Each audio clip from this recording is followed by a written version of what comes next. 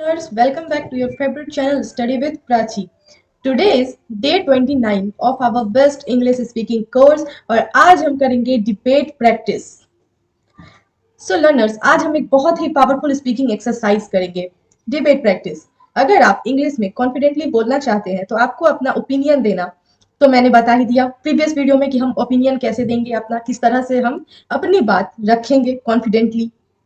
तो अगर आपने नहीं देखा प्रीवियस वीडियो तो आप पहले जाके देखो, वो भी बहुत इंपॉर्टेंट है। ओपिनियन देना भी बहुत इंपॉर्टेंट इंग्लिश कम्युनिकेशन में आता है। फिर आता है आर्ग्यू करना और दूसरे व्यू पॉइंट को समझना आना चाहिए। तो आज हम आर्ग्यू करने पे बात करें। अगर हम किसी से आर्ग्यू करेंगे तो हम ऐसे डिबेट, जैसे कि आपने टॉपिक में ही देखा कि डिबेट करना, तो अगर हम किसी से आर्ग्यू करेंगे तो हमें उसे लड़ाई थोड़ी करनी है। ऑफकोर्स अगर हम उसके अगेंस्ट, डिबेट में क्या होता है कि एक टॉपिक होता है, एक इंसान को अगेंस्ट रहना पड़ता है दूसरे इंसान के, राइट। तो अगेंस्ट रहने में अगर कोई इंसान कुछ बोल रहा है तो हम क्या करेंगे, उससे अब हम झोटा झोटी तो कर नहीं सकते, नहीं भाई तुम गलत बोल रहे हो, बस मान लो कि तुम गलत हो तो हो। तो ये काम तो हम नहीं कर सकते हैं। हमें उनके बात को गलत करते हुए अपना बात रखना है, पर इस तरह से रखना है कि उसने उन्हें ये चीज फील ना हो, उन्हें बुरा ना लगे और हम उनके बात को गलत भी बोले। ठीक है, एक तीर से दो निशान करना है। और ये काम हम इंग्लिश में कैसे करेंगे, यही चीज इस वीडियो में हम सीखेंगे। तो डिबेट करते वक्त ऐसे कौन से फ्रेजेस का यूज करेंगे जिससे हम फ्लुएंट स्पीकर भी लगे और सामने वाले को दुख भी ना हो। ठीक है, तो बिना टाइम वेस्ट किए अब हमें हमारा डे 29 स्टार्ट करना चाहिए। अच्छा, एक और इम्पॉर्टेंट बात है कि जैसे कि मैंने आपको, आई थिंक मैं भी 5-7 दिनों से आपको प्रैक्टिस करवा रही हूँ, तो आई थिंक बहुत ज्यादा प्रैक्टिस हो चुका है। आई डोंट थिंक कि अब आपको प्रैक्टिस की जरूरत होनी चाहिए। अब आपको सेल्फ प्रैक्टिस की जरूरत है, मिरर प्रैक्टिस की जरूरत है, ना कि मेरे वीडियोस की प्रैक्टिस की। तो इसलिए अगर हमने आज 7-8 दिनों से प्रैक्टिस किया है, तो अब मैं आपसे जानना चाहती हूँ कि डे 30 से हम क्या करें। अगर आप बोलोगे तो कल भी एक लास्ट प्रैक्टिस सेशन रखते हैं डे 30 को, बट उसके बाद भी हमारे पास बचते हैं 30 मोर डेज, क्योंकि हमारा ये कोर्स 60 डेज का है। मैं आपसे जानना चाहती हूँ, आप प्लीज मुझे कमेंट में बताइए कि आपको डे 31 से क्या टॉपिक चाहिए, डे 31 से आपको इंग्लिश में क्या जानना है, इंग्लिश स्पीकिंग में आप कहाँ कमजोर पड़ रहे हो, कहाँ कमी हो रही है, ये तो आपको पता होगा ना। तो इसीलिए मैं चाहती हूँ कि आप मुझे कमेंट में ये चीज बताओ कि मैम इस चीज की वीडियोस आनी चाहिए, इस टॉपिक को की वीडियो आनी चाहिए। तो मैं डे 31 से उस टॉपिक पे काम करूंगी। ठीक है, तो फिलहाल अब हम देखते हैं हमारा डे 29 जो कि है डिबेट प्रैक्टिस। सबसे पहले हम देखेंगे कि डिबेट का इंपॉर्टेंस क्या है इंग्लिश स्पीकिंग में। सबसे पहली बात, डिबेट करने से कम्युनिकेशन स्किल शार्प होती है। बिल्कुल सही, डिबेट करने से कम्युनिकेशन स्किल शार्प होती है। ये बहुत सही बात है, क्योंकि जब आप डिबेट करोगे तो आपको नए नए वर्ड बोलने पड़ेंगे, और नए नए वर्ड जब आप बोलोगे तो आपको मोर वर्ड्स की नॉलेज होगी, कहाँ कौन से वर्ड वर्ड यूज करनी है, इस बात का आपको आइडिया लगेगा। ठीक है, सेकंड है, आप अपने व्यूज को क्लियरली एक्सप्रेस करना सीखेंगे। ठीक है, अपने व्यूज को, अपने आइडियाज को क्लियरली एक्सप्रेस करना, अपनी बातों को एक्सप्रेस करना सीखेंगे। लिसनिंग स्किल और क्विक थिंकिंग भी इंप्रूव होता है। अच्छा, डिबेट करने से जब आप सामने वाले की बातें सुनोगे, लिसनिंग स्किल भी इंप्रूव होगा, और अगर आप सामने वाले की बात सुनोगे तो आपको नई नई चीजें सीखने को भी मिलेगी। हो सकता है बहुत बातें वो ऐसी बोलेंगे जो आपको नहीं पता होगी, तो आप वो सीख जाओगे।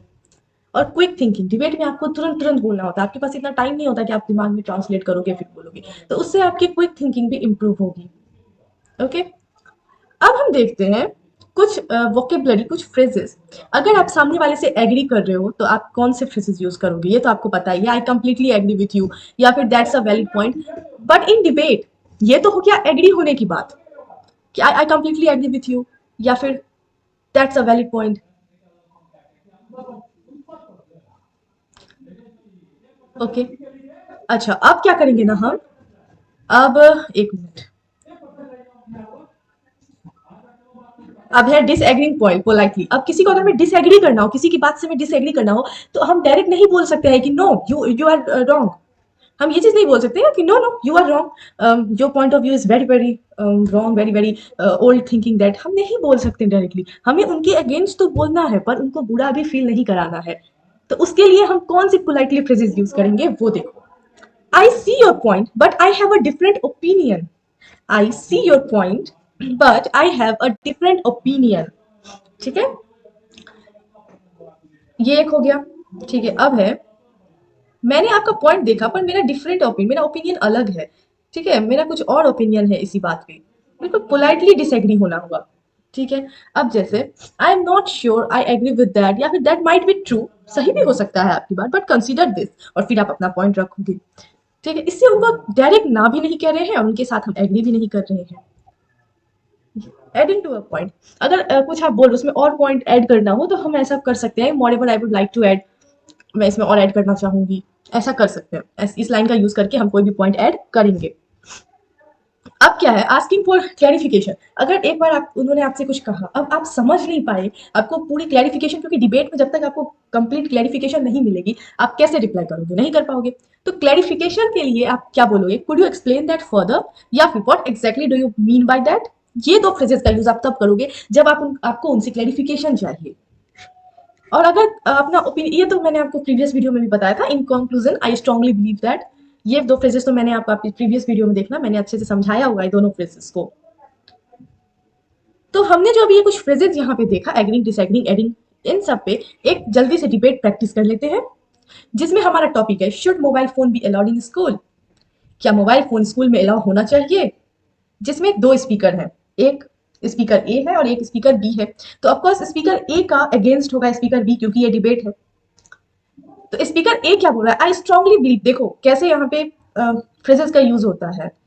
वो डायरेक्ट भी बोल सकता था कि mobile phone should be allowed in school, बिल्कुल बात तो वही होता ना, बात तो एक ही होता, पर उन्होंने कैसे फ्रेजेस का अपने लाइन को सुंदर सुंदर बनाने के लिए कैसे फ्रेजेस के यूज किए हैं। I strongly believe that mobile phone should be allowed in school, they help in learning, research and stay connected. Student can use educational apps and stay updated.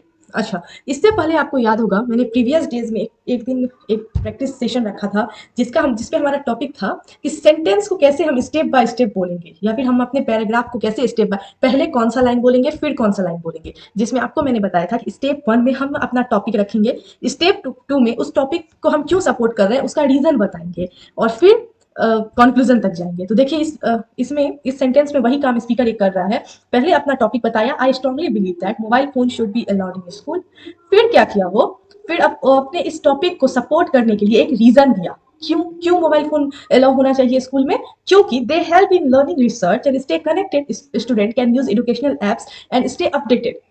ठीक है, तो ये स्पीकर ए का कहना था। अब है स्पीकर बी जो उसके अगेंस्ट बोलेगा। अब देखो, अगर स्पीकर बी चाहता तो डायरेक्ट बोल सकता था कि no, mobile phone can be distracting, student might use social media during class, so and also excessive use can affect mental health, so mobile phone can't be allowed in school. ठीक है, तो but उन्होंने ऐसा नहीं किया, उन्होंने क्या किया, बिल्कुल ही पोलाइटली डिसएग्री किया। आई अंडरस्टैंड योर पॉइंट, उन्होंने ये फ्रेजेस यहाँ पे यूज किया। ये फ्रेज यूज करने के बाद उन्होंने एक स्पीकर बी ने स्पीकर ए की बातों को कंप्लीटली डिसएग्री नहीं किया, डिसएग्री तो किया बट उनको फेल नहीं होने दिया। ये बात, ये काम करता है फ्रेजेस। मैं आपको ये बताना चाह रही हूँ कि फ्रेजेस किस तरह से काम करता है सेंटेंस में, इंग्लिश के जो ये फ्रेजेस, ये वोकेबलरी जो मैं आपको बता रही हूँ, ये कैसे काम करता है किसी सेंटेंस में, वो समझाने की कोशिश कर रही हूँ। तो I understand your point, but connector use हुआ, but mobile phones can be distracting, mobile phone distracting हो सकता है, student might use social media during class. अब इनका कहना भी सही है, जरूरी थोड़ी है कि बच्चा पढ़ाई लिखाई वाला चीज ही देखे, वो सोशल मीडिया भी तो देख सकता है क्लास के दौरान। Also excessive use can affect mental health, और वैसे भी ज्यादा यूज तो मेंटल हेल्थ पे भी इफेक्ट करता है।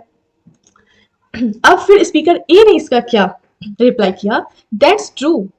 अब देखिए इन्होंने भी कंप्लीटली डिसएग्री नहीं किया, एक फ्रेजेस का यूज किया। तो आप देख सकते हो कि चाहे आपका प्रोफेशनल कोई मीटिंग हो, चाहे आप कहीं स्पीच दे रहे हो, चाहे आप ऐसे लिख रहे हो, या फिर आप डिबेट कर रहे हो, या फिर आप प्रेजेंटेशन दे रहे हो कोई चीज का, चाहे कॉलेज में दे रहे हो या फिर अपनी किसी भी मीटिंग में दे रहे हो, एनीवेयर, तो आपको किस तरह से अपने सेंटेंसेस में फ्रेजेस का यूज करना है, ये आपको आई थिंक अब समझ में आ रहा होगा। That's true, but with proper rules and monitoring the benefit can outweigh and drawbacks. यहाँ पे भी स्पीकर ए ने कंप्लीटली डिसएग्री ना करते हुए उनको पहले एक इज्जत दी कि हाँ दैट्स ट्रू, आप सही बोल रहे हैं, बट, और फिर अपना पॉइंट रखा।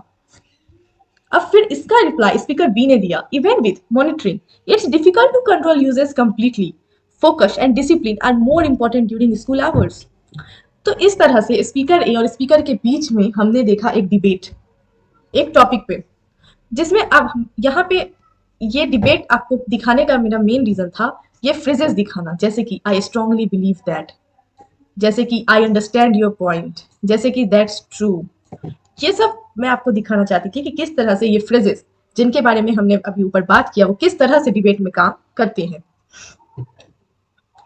इंग्लिश सिर्फ बोलना इंपॉर्टेंट नहीं होता है, एक प्रोफेशनल तरीके से एक नेटिव स्पीकर की तरह बोलना इंपॉर्टेंट होता है। और आपको प्रोफेशनल और नेटिव स्पीकर बनाता है ये फ्रेजेस। जब आप ये फ्रेजेस अपने सेंटेंस में यूज करते हो तो आप बिल्कुल प्रोफेशनल इंग्लिश स्पीकर की तरह लगते हो। अब है आपकी प्रैक्टिस का टाइम। ठीक है, आपको मैं आज एक टॉपिक दे रही हूँ, online learning versus offline learning. एक साइड आपको चूज करना है जिसपे आपको 1-2 मिनट तक बोलना है, ऑफकोर्स किसी के सामने नहीं, मिरर के सामने बोलना है, मिरर प्रैक्टिस करनी है।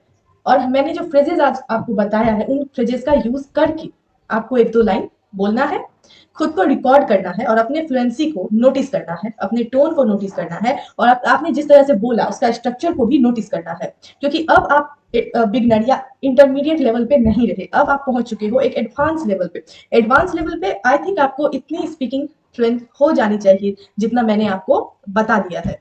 उसमें आप कहीं भी मिस्टेक अगर आप करते हो तो that's very bad. So debate is not about winning, it's about expressing clearly. Of course debate जीतने की चीज थोड़ी है, ये तो अपना एक्सप्रेस अपनी बात रखने का चीज है। अगर आप रोज थोड़ा सा प्रैक्टिस करो तो आपकी इंग्लिश बहुत तेजी से इंप्रूव होगी। बस 10 मिनट 15 मिनट, ज्यादा नहीं, 10 मिनट्स to 15 मिनट्स ओनली। आज का टॉपिक आपको कैसा लगा कमेंट में बताना बिल्कुल मत भूलना। कल मिलते हैं डे 30 के साथ, और डे 31 में क्या चाहिए, कौन से टॉपिक पे वीडियो चाहिए मुझे कमेंट में ये भी बताना। अगर वीडियो अच्छी लगी हो तो लाइक करो, सभी के साथ शेयर करो और सब्सक्राइब करके ही चैनल पे से जाना। मिलते हैं डे 30 में, तब तक के लिए हैप्पी लर्निंग।